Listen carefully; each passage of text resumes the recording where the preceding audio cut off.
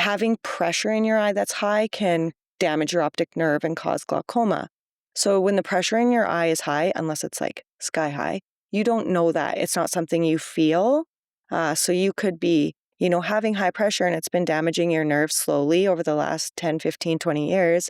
And now you come in for your first eye exam, you see fine, just having this near problem, but find out you have like an advanced disease. Yeah. So it's another good thing just to check because it's asymptomatic until it's very advanced, but that disease can be there for a long time. And does Alberta Health cover adults?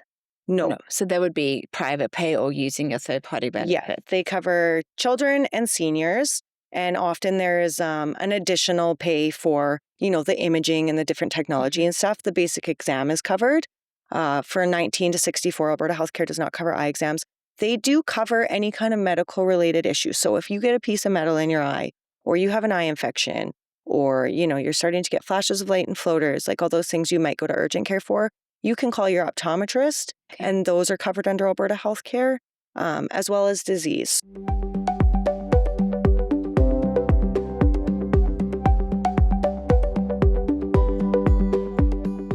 Welcome to Hear Me Out with Belinda.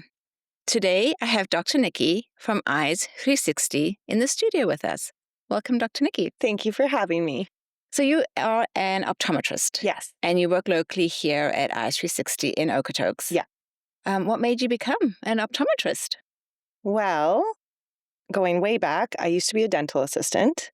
And Damon, my husband, was in school taking his prerequisites to become an optometrist. And I had thought about it a few times, but it felt like a lot of school and very daunting. So when we got married and we're going to move to the States, his university that had the optometry program also had a dental hygiene program. So that was my plan. I was going to become a dental hygienist. And then we got down there and I went to like a few of his things and I met a lot of his classmates and I was like, I can do this. And I looked into it a little bit more and I just decided that I felt like long-term that would maybe be a better career opportunity for me. Mm-hmm. So I changed my prerequisites and I was 2 years behind him, but I ended up applying for optometry school and taking that route instead. Okay. Yeah. And so you said you started as a dental hygienist, right? I was a dental assistant. A dental assistant, mm-hmm. Okay. Yeah. And so I'm pretty curious. I have right now, my oldest son goes to the University of Lethbridge. Okay. And he's doing biochemistry with the goal of writing his MCATs and going to becoming a general surgeon. Nice. Right. And so it does fascinate me, the need for like the undergrad. And I'm like, this is a bit of a conversation there. But I'm curious to know, how did that crossover work? Like, did you get credits for what you were doing initially before going in? I got a few credit hours applied, but no, I had to like load myself with courses. So I had to, take all your general sciences. There's like a list at every school of what classes you need and how many credit hours you need to apply. So I was taking as many as I was allowed in university and then also doing like online courses. And I went right through my summers and stuff. Just because we were already in the States. So I wanted to get into school as fast as possible. And why the States? Because he was down there for optometry school. Canada only has one optometry school right now. Well, they have two, but one's French.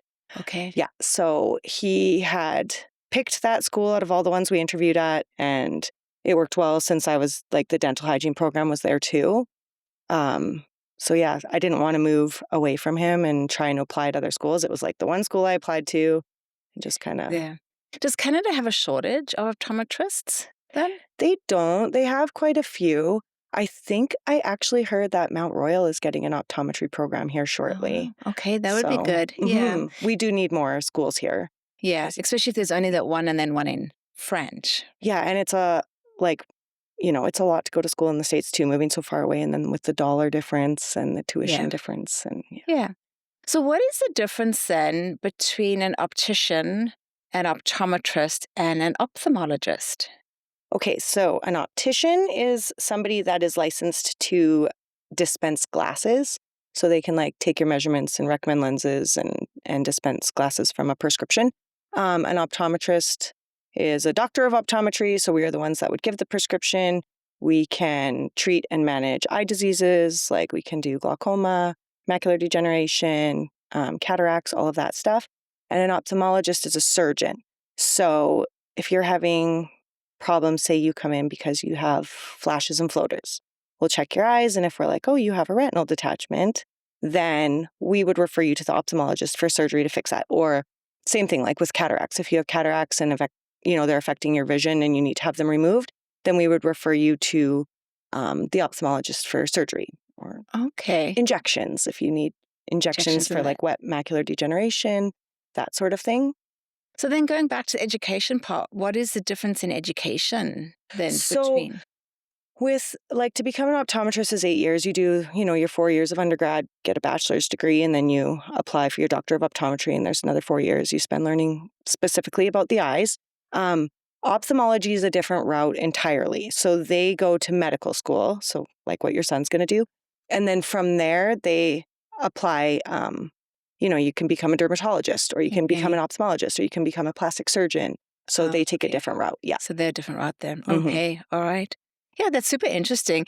I was going to ask you a question. Did you find that your undergrad helped you? Or did you, I know it's a tough one, that business of education, but I'm always thinking about with AI coming in now, I'm like, and once again, going back to the cost, looking at my sons, and because I have a younger son who also wants to get into the medical field, and I'm thinking, that's, number one, it's 4 years that I'm paying for what is my question. And it's 4 years of their life, so I'm just curious to know if you felt it was beneficial. I mean, I feel like it's beneficial to maybe make you more of a well-rounded individual, or some of the lessons you learn in studying and taking tests and things like that. But a lot of it's not applicable to what I do on a day-to-day basis. Yeah. So, I mean, even with optometry is lots of optics, like physics and that kind of stuff. So, when we did ray diagrams, you learn how the light enters the eye and exits the eye and things like that. I guess it's beneficial to know and really understand the science behind it. Yeah. But again, it doesn't translate for the most part into what I do on a day-to-day basis. Yeah. Yeah, I think it's quite interesting. And then we'll switch back a little bit now because you are local to Okotoks. Yes. But I think you grew up actually in High River. Is that correct? Yeah. So I moved to High River when I was in grade 3, and I went to school here in this area. We moved to the States, obviously, for optometry school. And then when we came back, we're living in Auburn Bay. And as soon as we found out that we were pregnant with our first child, we didn't want to raise them in Calgary. We wanted to be back in, High River, Okotoks area. So we right away moved back. Yeah. And so what do you like that small town feel? Do you like the connections within Okotoks? Well, and our practice was first in High River. So we had Eyes 360 in High River first. And then we bought this practice from Dr. Cindy Crushell in 2015. So it's nice to live in a smaller town, but still have access to all, the city amenities and stuff when we need. Yes, yeah. Did you ever work in Calgary, in the city at all? Yeah. So when I first graduated school, I worked in corporate optometry. So I was in Calgary. I wasn't with Eyes 360. And it was good. I started soon after doing maybe 1 day a week with Eyes 360, just because it was, a growing practice. So there wasn't days for all of us to be working full time there. And then over time, I picked up more and more days. And eventually I left the corporate space so that I could invest in my patients in our clinic. And there. Yeah. And your husband is the full owner or the co-owner of Eyes 360? So he has other owners with him. So way back when, he partnered with another optometrist in High River. So it was just the two of them. And they acquired another clinic in High River after the floods, also one in Vulcan. And then we were also working out of Nanton. Okay. Then we bought this one. So we had 4 different clinics between High River, Okotoks, Vulcan, Nanton. And another owner came in. At some point, there was a little bit of a division. So we ended up losing Vulcan and Nanton. That one optometrist took those. And then Damon and his business partner, Rambier, kept the High River and the Okotoks clinics. Yeah. And so I used to work for a corporate hearing clinic in Calgary as well. And then when I moved into Okotoks, we actually celebrate our 5-year anniversary on Wednesday. Thank you. And there's definitely a different feel about being corporate versus, I think, smaller community. Did you find the same thing? Yeah, for sure. I loved my job, like in corporate too. Like my boss was great and I loved everybody that I worked with. Like I would still go, see them and stuff.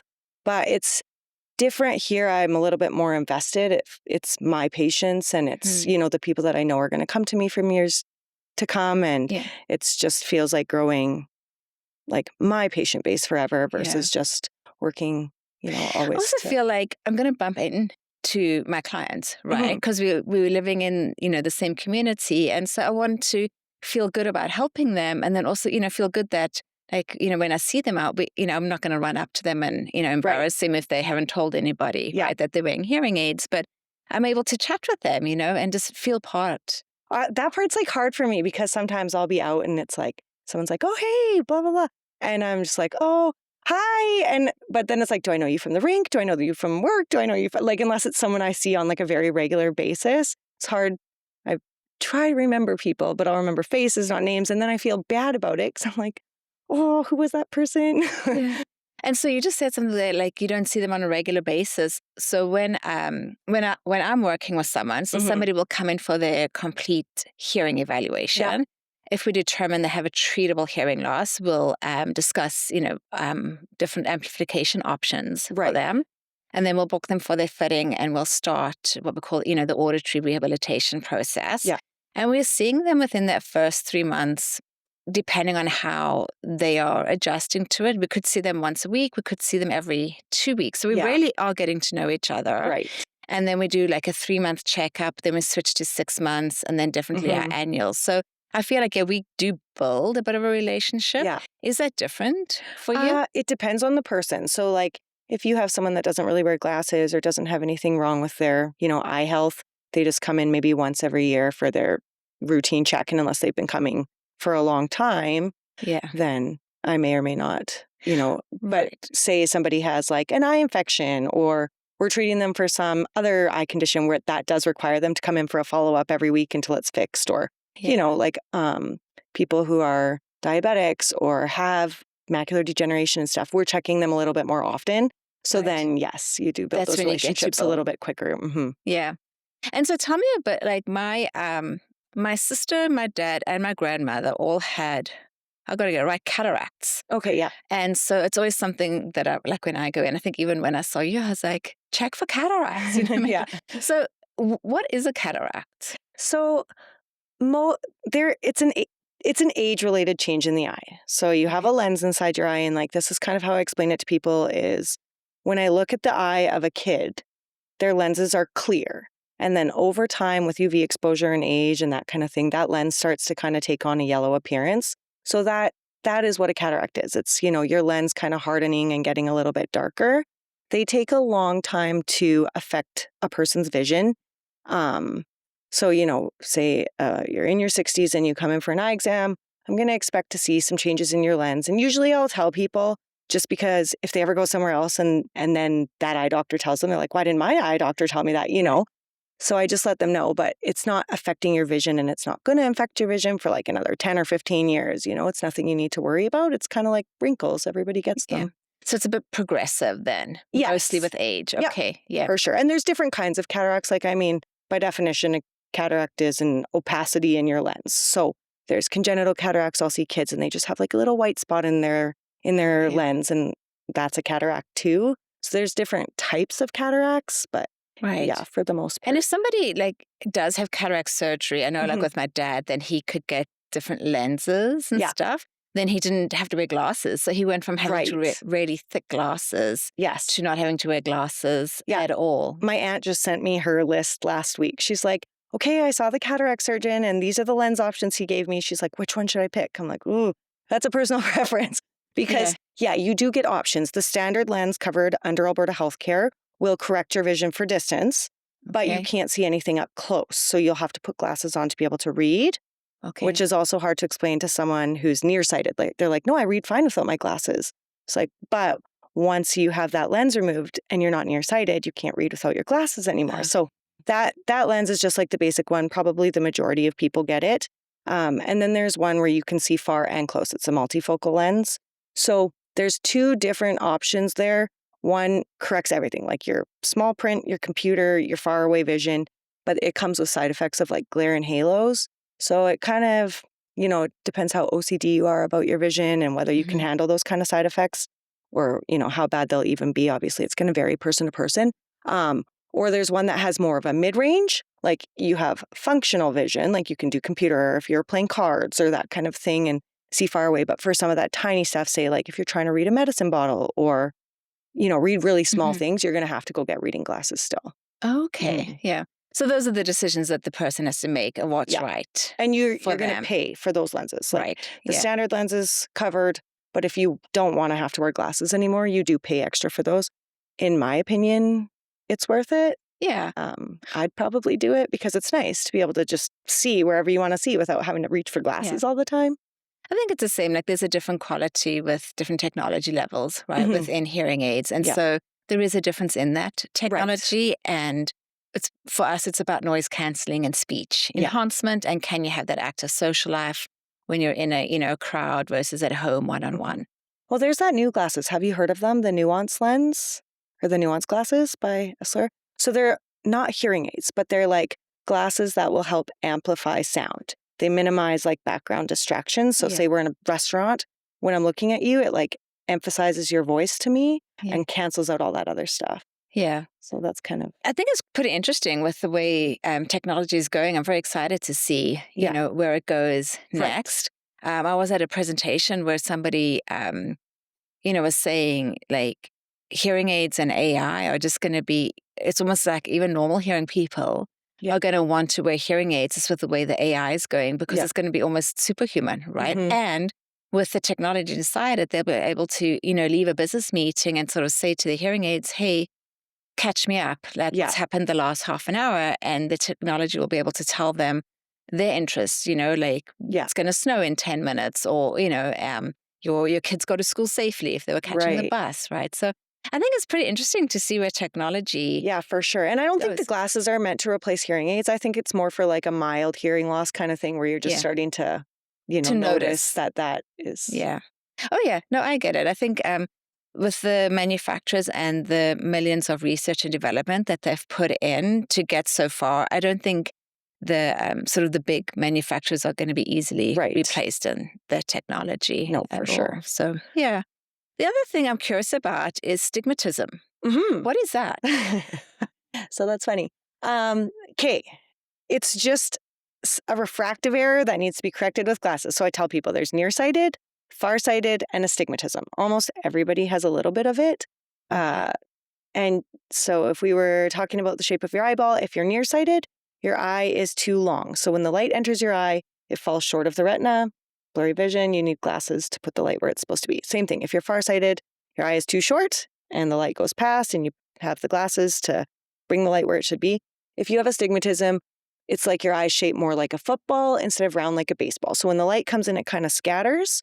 Those people tend to experience like, they might see a letter on the eye chart or a line, but don't necessarily see it sharp like the way your eye would. Maybe it's like slanted, or if you're driving, you get like those lines off the taillights of cars and things like that. Yeah. So it's just something you correct with glasses.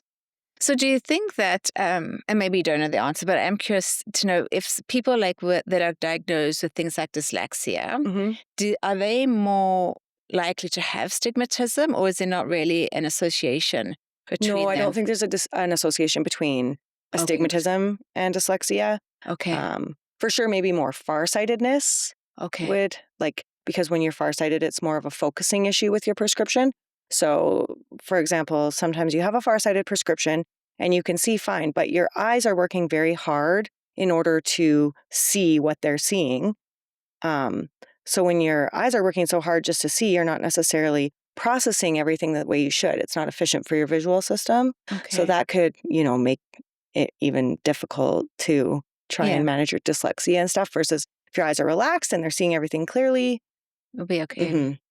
I am thinking of preventative. So my husband, years ago, he was working on an old car in the garage, and he actually did have protective eyewear on. Yeah. But he ended up getting rust in his one eye. in his one eye anyway. He ended up we were in South Calgary at the time. Yeah. So he ended up going into urgent care and they had to sort of scrape the rust out a Right. bit. And then I think he did end up seeing an ophthalmologist as well because he had surgery. I can't think of what it's called, but because we grew up in South Africa with the hot sun, there is something that can impact his maybe eyes. pinguecula or pterygium. Yeah, something that they had to remove Yeah. surgically. So he had, it was all sort of coincidental at the same time. Yeah. But what was interesting to me is that if he ever needs an MRI, he can't have one because he's still got the little pieces of metal, apparently, within Interesting. his eye.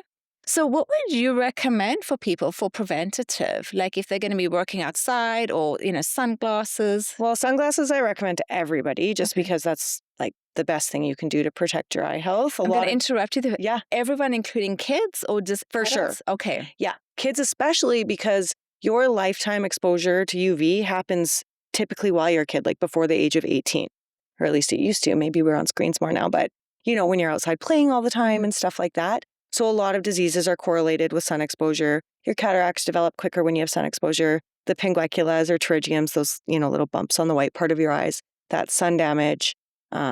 Even like skin cancers and stuff, they say 5 to 10% of skin cancer is on your eyelids. And your skin is like a big organ. So just protecting like that thin skin around your eyes and stuff is really important too. Okay. As far as safety glasses, I think that the majority of people I see who come in with like a foreign body in their eye were wearing their safety glasses. I think for men, sometimes if it's flying, it gets in their hair or their eyebrows. And then when they go to shower, it gets into their eyes because it just sits there until it falls in. Yeah. Obviously, I would still recommend wearing your safety glasses for high-speed objects. And I know. I was like, are there not like goggles that you could like stick to your, you can to your face so that to prevent it from getting in? Because it was pretty scary. I mean, it is your eyesight and it impacts everything, right? Yeah. So no, safety glasses are for sure important. Yeah. And so sunglasses and safety glasses if you're doing any activities, I guess. Yeah. Yep. The other thing I tell people is just like what's good for your body is good for your eyes. Foods that are high in antioxidants, lots of fruits and vegetables, that sort of thing. Like you can take vitamins, but I think you can get a lot of it through just like a good diet. And do you see any like disease, I can't say that right, eye disease related to nutrition or medications? Like medications for sure. Okay. There's certain medications, like often for like a lot of the autoimmune conditions and stuff that can cause retinopathies. So we monitor closely for those.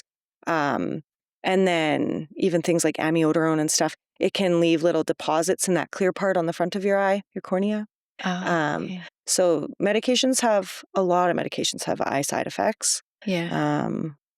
For diet, not really. Like, yeah. I mean, I've never seen an eye that's not healthy specifically because they have a bad diet. Your diet's important. Diabetes is something that really affects your eye health. It's, a leading cause of blindness. And I didn't realize that until I went to optometry school, how, bad being diabetic is just for your eye health. So we monitor them really close. Since it's a vascular disease and the eye is the only place in your body where we can see all the blood vessels, we do see a lot of changes back there. Same for like people with high blood pressure or, heart disease, that kind of stuff. They often will have changes in the back parts of their eye. Wow. And so would you then refer to a medical doctor at all if you're seeing changes? Like, not typically if we start to see changes, no. We'll manage diabetic retinopathy up until like a certain point. If it's going to need treatment, like if they have very uncontrolled and there's a lot of bleeding or they need injections or treatments for it, then for sure we will refer them. Okay. So I'm going to go to contact lenses. Yeah. How do you think that industry has changed recently or over the years, right? I know, I don't think I think the word changed from bifocals to progressives, but I think it's the same thing. I could be wrong on that. They're a little bit different. A bifocal has a line in it, like for glasses, right? Okay. It has a line. Yeah. So you have near vision and far vision, whereas a progressive progressively gets stronger as you go down the lens. There's no line in it, so you have a wider range. There's more of a mid-range in it and stuff. So why would you get a bifocal then? Why would you put that line in? Is it easier for your eyes to adjust then, or? There's very few people in bifocal compared to progressives. Progressives have their, stigma around them. So some people are like, no, I'm not doing it. They won't even try it. they just want to have a bifocal. I think a lot of them are like in the much older populations who were just always in them. So they want to, if it's not broken, don't fix it kind of thing. If it's working for them, great. Yeah. But I would always recommend a progressive over a bifocal. I feel like you're just going to get more range of vision. I know I have to branch out into the contact lenses because I know that I have a prescription where I think the one eye will be long distance and the other eye will be short distance, which is kind of interesting to me to know how the brain is going to adjust to all of that. But I also find Alberta so dry, and that's why I haven't been able to really take that leap yet. Well, for sure, like Calgary area has like a huge contact lens dropout rate, and it's just because it is so dry here. People will go away on their vacations, and they're like, I wore my contacts the whole time, and it was totally fine. And as soon as we got back, I can't wear them anymore. But yeah, it's environmental here for sure. For the progressives, they make, multifocal contact lenses as well. So there's different ways to do that. What you described is called monovision.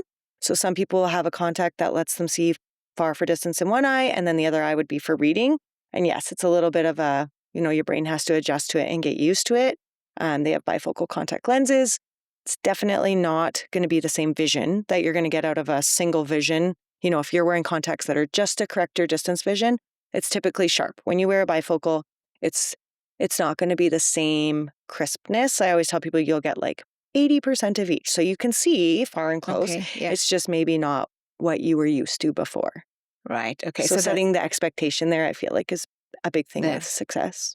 And what about things like dry eyes here in like Alberta? Do you find that a lot of people need to treat like with like a moisturizer for the eye? Yeah, for sure. Even I experience that. Like I have very bad dry eyes, but I think, our environment here, screens are a big thing. So like a lot of people work on computers, and normally you blink about 20 times a minute. When you're on a screen, your blink rate goes to like 4 times a minute. So that is a problem. Just not blinking like hard enough, because when you're staring again, you just like do this wimpy little blink and you're not coating your eyes the way that you should. And then, it's dry here. So I usually recommend, a preservative-free drop, especially before you go to bed. Omega-3s can be really good for dry eye, and you need a minimum of 2 grams a day, but that can make quite a difference. Okay. You can do the hot compresses and stuff. You leave it on your eyes for 10 minutes. The benefit there is that your eyelids have glands in them, and when you blink, they put an oil on the front part. So that gets clogged really easy, especially in Alberta. So when you do the heat on your eyes, it's kind of like putting butter in a microwave. It just melts so that the oil can come out of those glands a bit easier. Okay. Wow. Well, this was incredibly informative for me. And I'll just make sure that the listeners know this was just a lovely conversation between two people. For medical advice, go and see your optometrist or your medical doctor. For sure. Yeah. Is there anything else you wanted to let our listeners and viewers know today? I think it's worth bringing up when it's recommended to have eye exams, because a lot of people wait until there's a problem or someone tells them to go, or because their kids aren't complaining, they don't think that they need to. But your kids should come in for eye exams for the first time between 6 and 9 months. Oh, wow. And then it's recommended at 3 years, 5 years, and every year after that. Alberta Healthcare pays for it, so I just feel like your eyes are your most important sight. I think you should just do it every year. But often what happens is kids are super adaptable, so a lot of parents don't bring them in for, an eye check, and it turns out they were only seeing out of one eye. So one eye will have like a high prescription in it while the other eye has nothing. And then the vision, because it wasn't corrected at a younger age, it can't develop properly later on in life, even with glasses. But kids are so adaptable, they don't always realize that or know that. So it's good. And having 20/20 vision doesn't equate to perfect eye health either. So I think it's good just to get a look in the back of the eye, make sure, nothing's going on back there, even if they can see fine. Yeah. So just to reiterate that, so if for a child specifically, if they're not seeing right, they can actually like develop that muscle in the eye to see better. Right. So you have until maybe 7 or 8 ideally is like the best time to have your vision corrected before then, because your vision cells in the brain need a clear image in order to develop properly. So if they don't have that, then once those cells are kind of formed, we can't correct it later. It's just okay. So that's why that early intervention is important. So all right, and then you said that it is covered in Yeah. Alberta Health. And then what about as an adult? I still recommend annually. I recommend all my patients have an eye exam once a year. Obviously, if there's something that's concerning or that we're monitoring, we'll, recommend a more frequent interval, even just a specific health check on that issue. But I mean, your vision is a very important sense. So I think it's a great idea to be checking in and just making sure that nothing's changing each year. One of our optometrists at the practice, we were demoing a machine that takes those pictures of the back of the eye.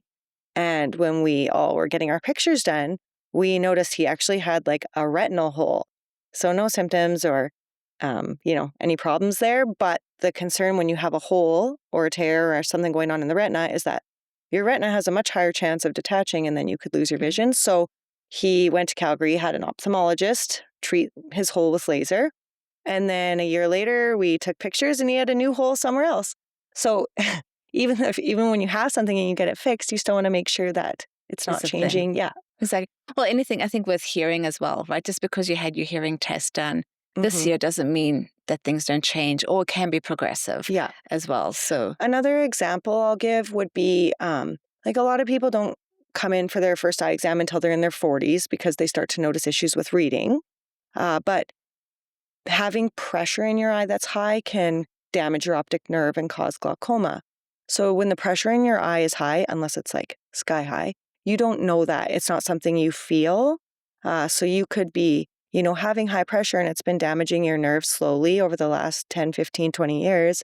And now you come in for your first eye exam, you see fine, just having this near problem, but find out you have like an advanced disease. Yeah. So it's another good thing just to check because it's asymptomatic until it's very advanced, but that disease can be there for a long time. And does Alberta Health cover adults? No. So there would be private pay or using your third-party benefits? Yes, they cover children and seniors. And often there is an additional pay for, the imaging and the different technology and stuff. The basic exam is covered. For 19 to 64, Alberta Healthcare does not cover eye exams.